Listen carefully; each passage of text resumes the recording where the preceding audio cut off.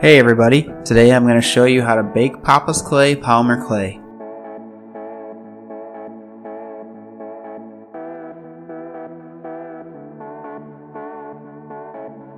I made this gradient in a separate tutorial that'll be coming soon, but I put a simple pattern on it and I'm going to use it as a drink coaster.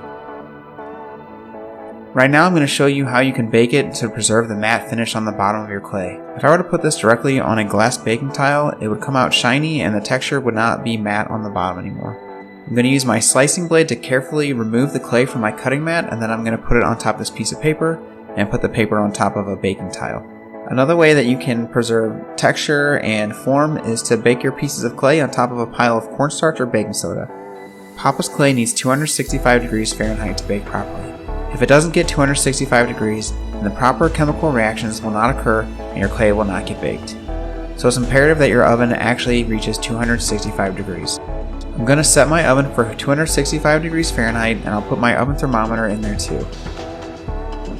The notification on my oven just went off, so I'm going to show you what my oven says compared to what my thermometer says. Just ignore how much I'm struggling to get this off the rack.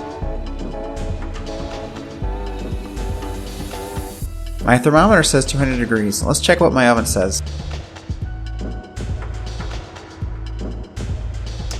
265. This is why you absolutely need a baking thermometer to know what temperature your oven actually is. I know that I need to set my oven to 286 degrees and I need to wait about 20 minutes for it to actually get preheated.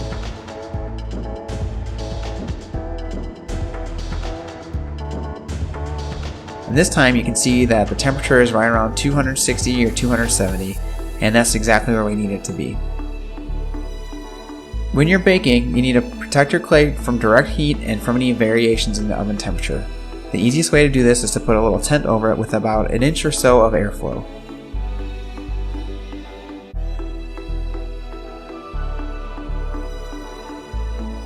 I snuck a few extra pieces of clay in there so I can show you what Papa's clay looks like after it's been baked.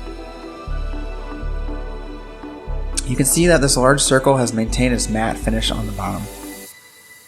Now check out how flexible Papa's clay is after it's been properly baked. I can bend this piece and it just goes right back to its normal shape.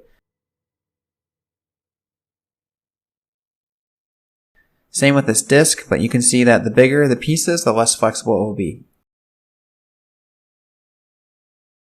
Finally, I made this little spring to show how it will spring back and forth and you can pull on it. And it's great to know that your art won't break or shatter with a little bit of pressure. Thank you very much and stay tuned for more Papa's Clay tutorials.